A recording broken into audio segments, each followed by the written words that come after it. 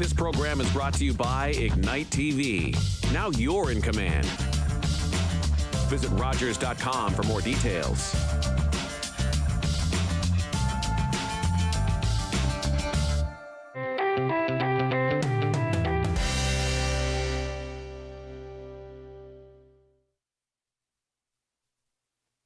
Welcome to the second season of Her Story, the journey to winning a seat at the table. I'm your host, Mary Jane Murray, and this program is a series of conversations with inspirational women who have amazing stories to share. And stories are a tapestry of lifelong events and experiences. So let's enjoy the journey. My guest today is Francesca Dobbyn, who is the Executive Director of United Way Bruce Grey, and she's been there for about 16 years. She is also an alumni from the University of Guelph, and the University of Guelph gets a lot of airtime on this program because so many of my guests, myself included, are Guelph alumni, so yay Guelph. Francesca has received a number of awards for her community work and her advocacy, and she has provided leadership in poverty issues as well as energy poverty that has been recognized provincially and nationally. She's also participated in 2 Banff leadership programs, and those are month-long programs, as well as just been completed the Maytree Foundation's School of Public Policy. So Francesca has a lot of not only education under her belt, but she also has a lot of experience. Francesca has had a very eclectic career path. However, all those opportunities that she's had has been linked by a common denominator. And that common denominator is community engagement, advocacy, and speaking for those who cannot speak for themselves. We often see very accomplished women in leadership roles. However, with this program, we're finding that leadership can emerge at any age, at any stage. And this is Francesca's journey. Welcome, Francesca, and thank you so much for taking the time to have this conversation. Thank you so much for inviting me. I'm delighted for this conversation this afternoon. Well, you are well known in our community, but I have known you for many, many years, and I have also known many of my other guests, but I always find that I learn something new about my guest and about their journey. And I always ask them to reflect back on their early years' influence, because sometimes the seeds are planted very early. Tell us about your experience. So one of my early experiences of injustice and knowing something was different was actually I was 7, and it was a very memorable piece. We don't always remember a lot of being 7, but I'm an immigrant. So 1974, my parents loaded up my brother and myself into an airplane, and we came to Canada as immigrants from Britain. And my brother got to go to the cockpit of the plane. And when I asked to go as well, they said, no, what would be the point of a girl going to the cockpit of a plane? You'll never be there. That's not your role. And it was really that first time that I realized and recognized that there were doors closed to me by being a girl. And at the time, I just, accepted, okay, that's just the nature of how it goes. And it didn't seem right. And then, a couple of years later, I wanted to play baseball. And, my parents were signing my brother up, and they went to sign me up. And they said, no, girls don't play baseball. And my mom said, show me in the rule book where it says the girls can't play. So I was the first girl to play baseball with minor ball in Guelph. The following year, there were 3 of us. And then the third year, it went totally co-ed. And, I credit my parents, both my parents, for being absolutely adamant that no way was I to be held back simply because of my expressed gender. Well, what you had was advocates. Your parents were advocates for you that were actually nudging you along into areas that just seemed out of the norm at the time. So we can see that that nudge has gone into a full-blown push as you have moved through your journey. You also mentioned in your bio that your father was a feminist. Yes, he was an engineer.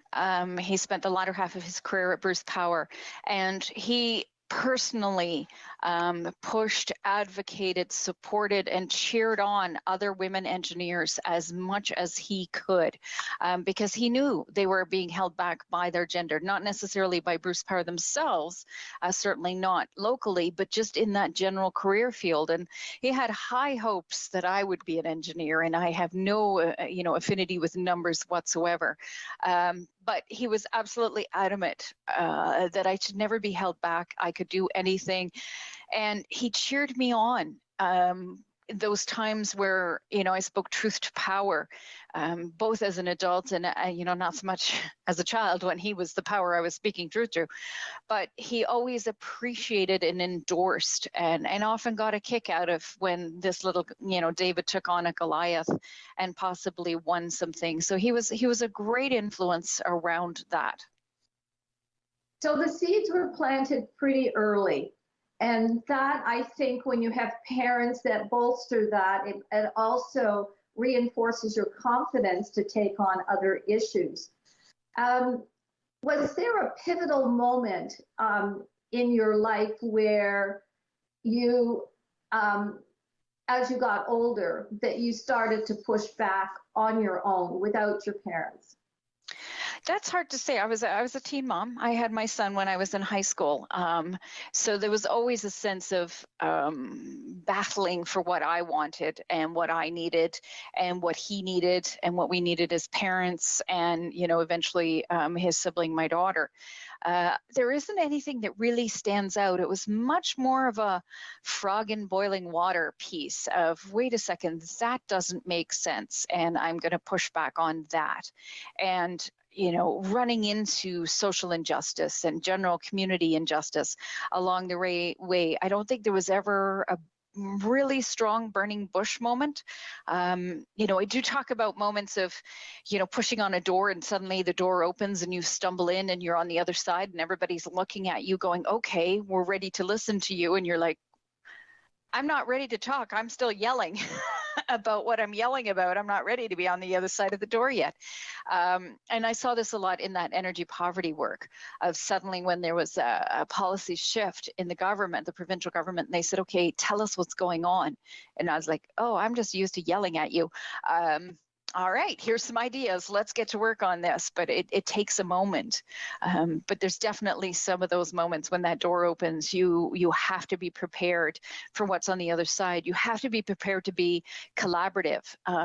So when you go from being kind of combative about something and you get invited into the room, it's that quick shift to go, okay, let's work together. We have a common goal here of making our community better for everybody. We may not agree on how that happens, but we have a common goal that it should happen. I think sometimes when a woman gets invited to the table, there's other voices that are louder than hers, and being heard in terms of what the importance of the message is. Did you find that you were actually, at what point you were actually being heard? You've been invited to the table. You have an opportunity to actually advocate and speak and talk about the policies. But was there a point where you felt that you were actually being heard and it was starting to shift the needle? Yeah, there were definitely moments of being heard, and a lot of it actually broke more on a rural-urban. So when we were initially to meet with Premier Wynne to discuss with her the issues of energy poverty, we had a Toronto-based tenants advocacy group, and they were powerful lawyers and absolutely wonderful, wonderful people. And they just took leadership in that meeting, and I sat there for about 15 minutes, and I thought, if I don't pipe up, if I do not insert myself into this conversation, we will run out of time and my rural issues will not be on the table. And so I just jumped in with both feet. The second somebody took a breath and, there was a conversation shift, I was able to jump in and say, okay, I want to tell you about what's going on in rural. Here's what we've been doing that's different than what's in the urban place. And then it became, a full table conversation and everybody was engaged. But it was very, very, very respectful. But quite often, it's a question of making the point around what the facts are. And when you need to get the facts on the table of, well, actually, this is how this works. And sometimes I take great delight in actually being very quiet about it and listening to somebody who's gone totally off on a wrong tangent of, being able to bring them back and go, well, let me tell you actually how this works. Let me tell you why your stereotyping doesn't fit this parameters or this particular issue. And you know what? I have talked to people on the streets who are on the ground involved in this. And what you're talking about is not relevant or incorrect about what we're talking about. And sometimes that can be really, really challenging. But I've got a big personality and, it's really hard to put baby in the corner. Well, what I'm hearing from you is it is as important to listen as it is to use your voice. Because See, I should have been listening there. And that's such a great observation, because there's power in the silence and there's power in listening. And sometimes you need somebody to walk through a thought for them to come full circle and go, wait a sec, that doesn't make sense to me. And then there's the opportunity for empathy, for engagement, for coming together, because you're not the one going, hey, that's wrong. Or, you're out of line. It's them coming to that realization of, wait a second, this doesn't work. So there's power in being assertive and putting yourself out and being that leadership, but there's also power in just being the quiet lead from behind kind of person. Well, I'm thinking that there's been an evolution here, Francesca, where you've gone from yelling to listening to having a voice based on facts and information. And is this a result from the training that you've received from Banff and from the Maitri? Absolutely.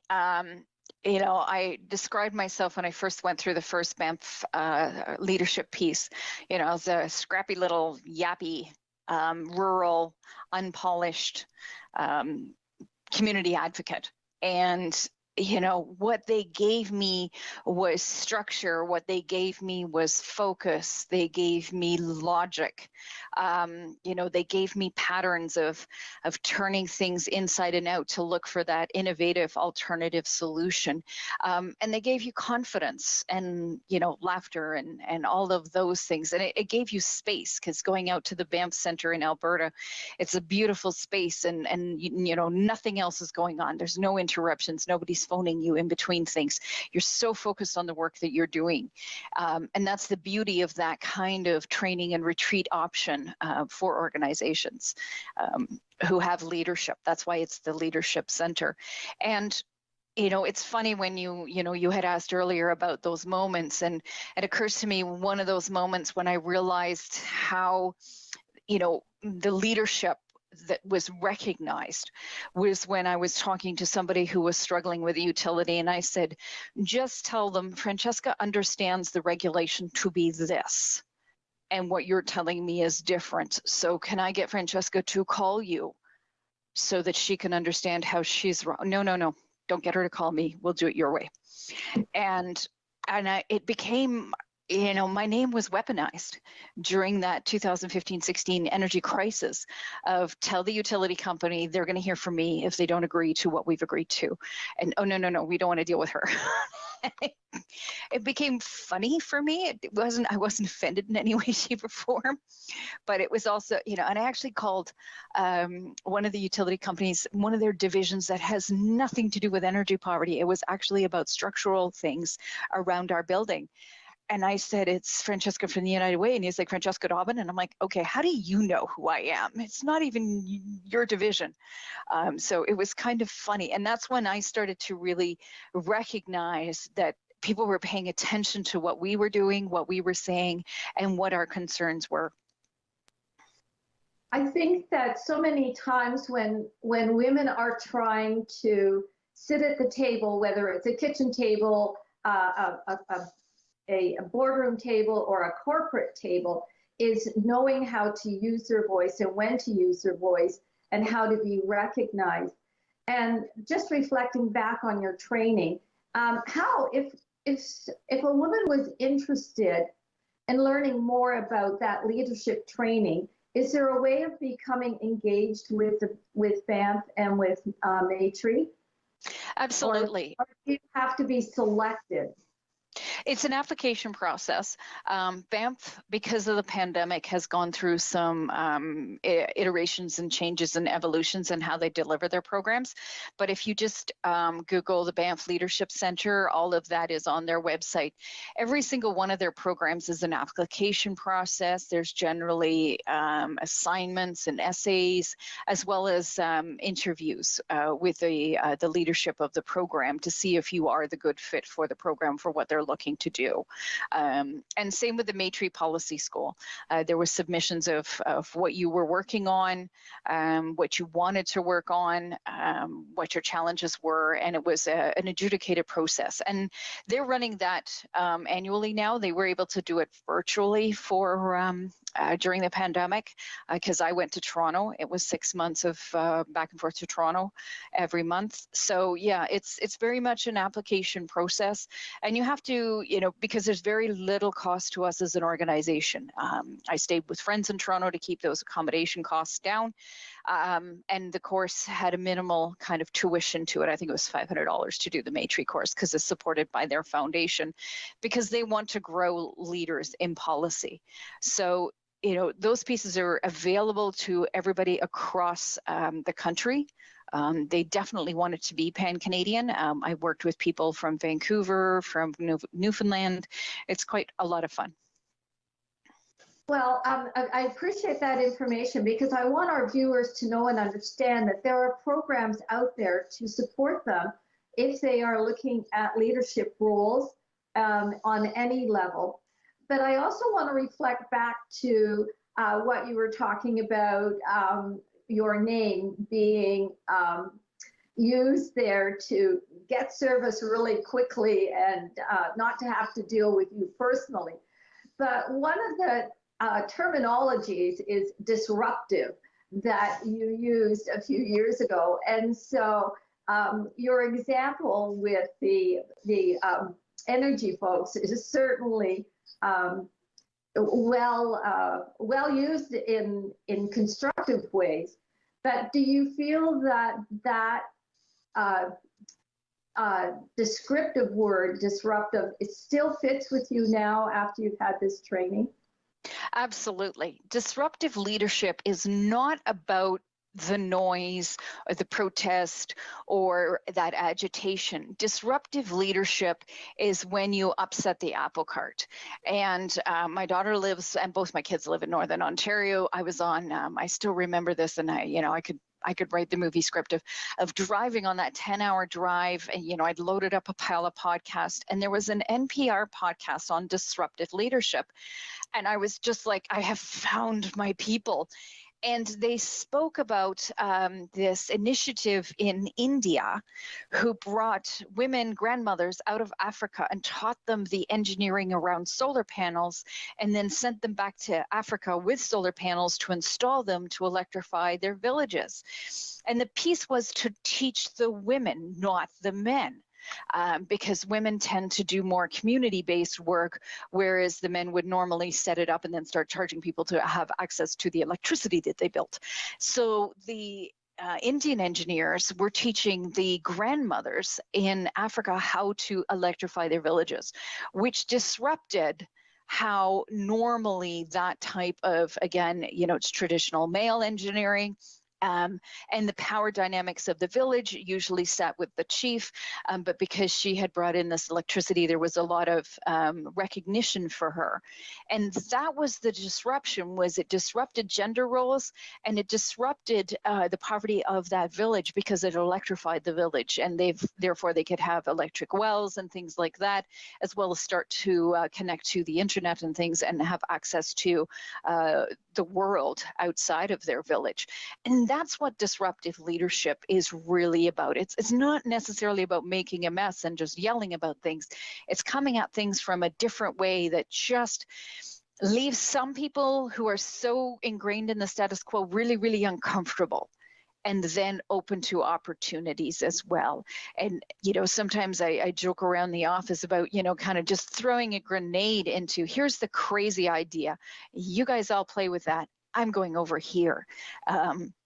And sometimes it unites people because she's the crazy one. And isn't she nuts? So let's work out something and not her idea, because that's just nuts. And if that's what it takes, that's great. Well, we certainly know that when women are in the initiative, either sitting around the table or taking on a new initiative, whether it's in Africa, it's in India, or anywhere else around the world in our own communities, we bring a different perspective. We bring a different energy. And usually it's more grassroots based, because women tend to look at the broader perspective of their whole communities and their whole initiative. And I think that's really what's important, and what the purpose of the show is really to tell women that they are worthy of being at the table, and that their voice really matters.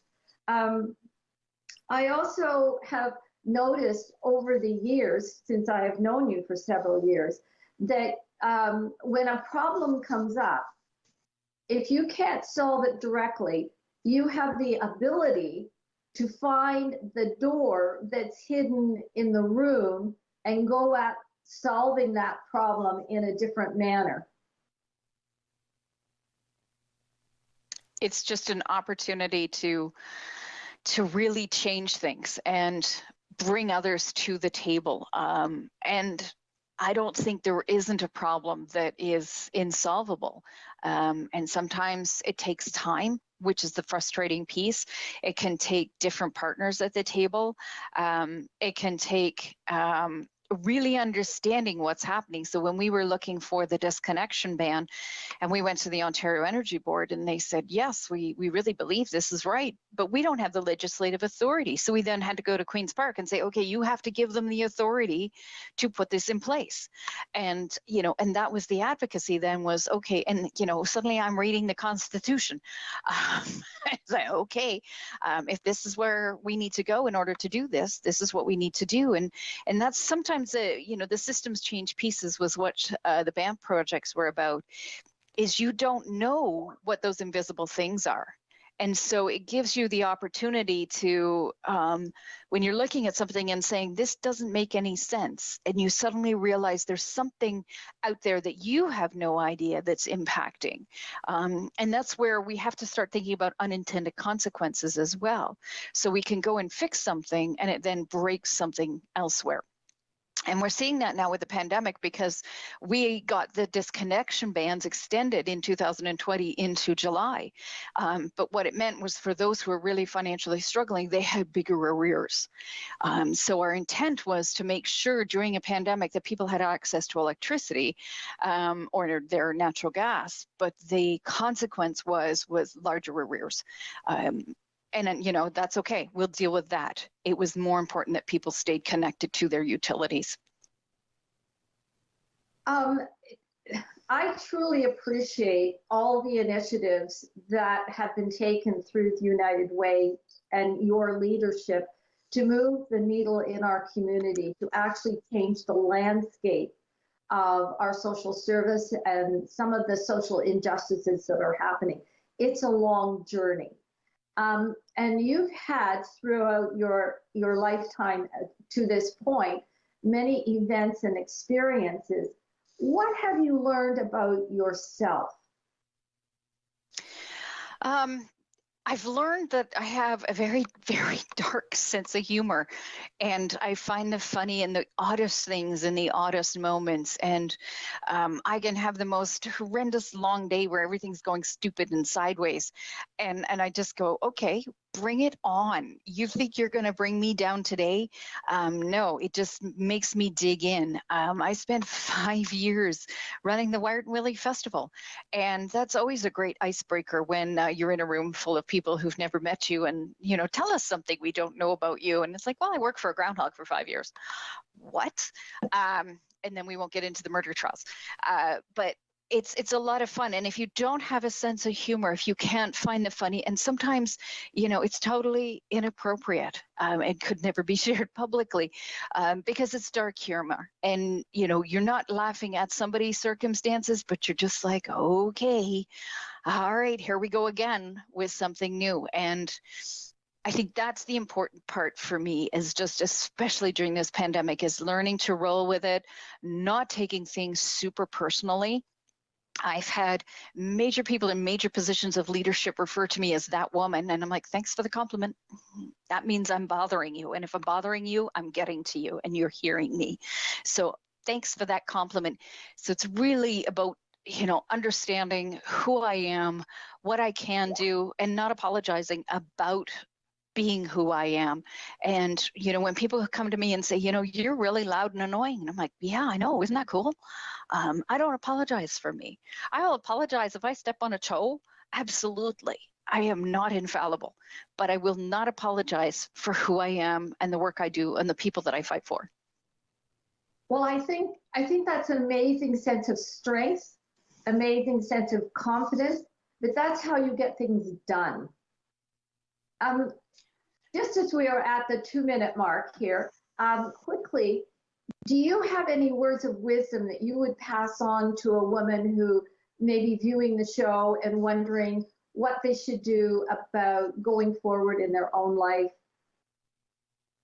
I just do it. I'm really, like I said earlier, my son was born when I was in high school. That means as an empty nester, I was still in my late 40s. So you know what? But just do it. Use your network. If you need childcare, use your network for those childcares. Don't set your goals and your dreams aside for the goals and dreams of somebody else. Understand what you want out of life and go for it and do what you can. And if you need to network and share that with people to bring them along on that journey, tell us about it, share it, and we'll dream with you. Oh, well, that's amazing. One really quick question with one answer. What brings you joy? People. People bring me joy. I love people from all walks of life. Oh, Francesca, thank you so much. This has been really inspiring and very inspirational too for other women. So please join us next time on Her Story for another amazing journey.